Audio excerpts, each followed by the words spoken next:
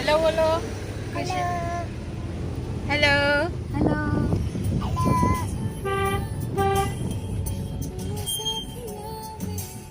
Hello friends, स्वागत है आपका हमारे ब्लॉग में। कार में गाने चल रहे थे जिससे कि वीडियो पे कॉपीराइट आ जाता है, इसीलिए मैं वॉइस ओवर दे रही हूँ। हम लोग आज जा रहे हैं पिकनिक पर। गांव के बाहर एक जंगल है जहाँ पर मंदिर बना हुआ है शिव जी का, वहीं पर हम लोग जा रहे हैं। वहाँ पर वाटर प्लांट भी लगा हुआ है जहाँ से बाहर नर्मदा जी का पानी सप्लाई होता है। वैसे तो हमारा प्लान पचमढ़ी का था, लेकिन समय सिर्फ एक दिन का था हमारे पास, जिसमें पचमढ़ी घूमकर वापस लौट के घर आना बहुत मुश्किल हो रहा था। रिजॉर्ट रेस्टोरेंट में तो हम जाते रहते हैं, वाटर पार्क भी हम लोग कई बार गए हैं, इसीलिए सोचा कुछ कैंपिंग जैसा करते हैं जो कि जंगल में हो।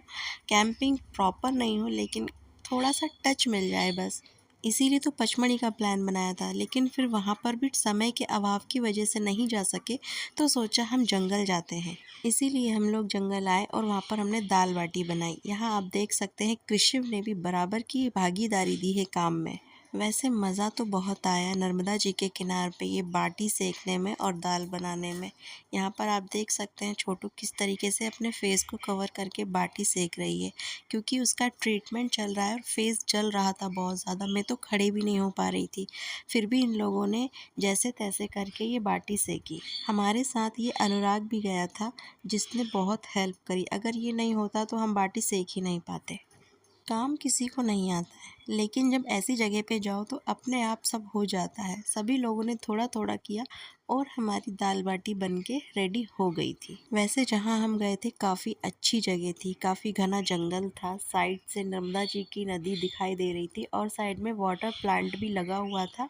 वहाँ पर भी बहुत अच्छा लग रहा था। और यहाँ पर हमने ये ईंट का चूल्हा बनाया जिस पे हमने दाल बनानी थी। इसके बाद हम लकड़ी और उपले के तलाश में निकल गए, जहाँ पर देखा हमने आम और बीला लग रहे थे बहुत सारे। यहाँ पर आप देख सकते हैं कृषिव और राघव कितना एंजॉय कर रहे हैं। बच्चों को जंगल में भूख ना लगे इसके लिए हम उनकी व्यवस्था पूरी करके लेके गए थे, जैसे कि चिप्स, कुरकुरे और कुछ सॉफ्ट ड्रिंक। उनके लिए हम जूस लेकर गए थे और अपने लिए कोल्ड ड्रिंक। ये जो फ्रूट आप देख रहे हैं इसे बीला बोलते हैं। गांव के लोग तो इसे बहुत अच्छे से पहचानते हैं, लेकिन कुछ लोग इसे नहीं जानते, इसीलिए मैं बता रही हूँ। यहाँ पर आप देख सकते हैं इस पेड़ की पूजा भी की गई है, क्योंकि बेल पत्ती भी बहुत काम की होती है और उसके पेड़ की भी पूजा की जाती है। और देखिए यहाँ से ये घना जंगल कैसे दिख रहा है, दूर दूर तक सन्नाटा, लेकिन बहुत अच्छा लग रहा था। इसके बाद यहाँ पर हम लोग फटाफट अपना काम करते हैं, क्योंकि बहुत ज़ोर से भूख लगने लगी थी।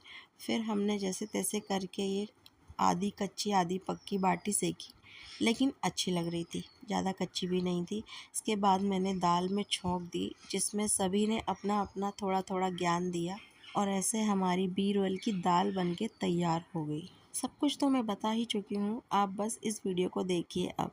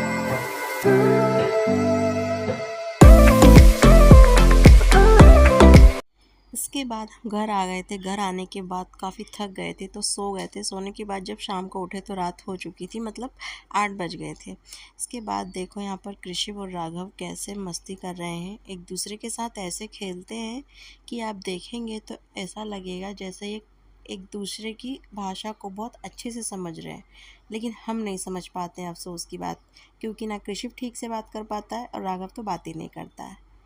पर आपस में जब ये दोनों मिलते हैं तो इन लोगों को देखने में हमें बहुत मज़ा आता है। कृषिव अभी जस्ट 2 साल का है, इसीलिए उसकी बातें क्लियरली समझ में नहीं आती, काफ़ी तुतलाता है वो बोलने में। पर बच्चों की इसी तोतली आवाज़ को सुनने में सबसे ज़्यादा मज़ा आता है। बस यही सब करते करते रात हो जाती है, खाना खाते हैं, सब लोग थोड़ा बैठ के गप्पे शप्पे मारते हैं और फिर सो जाते हैं। Good night.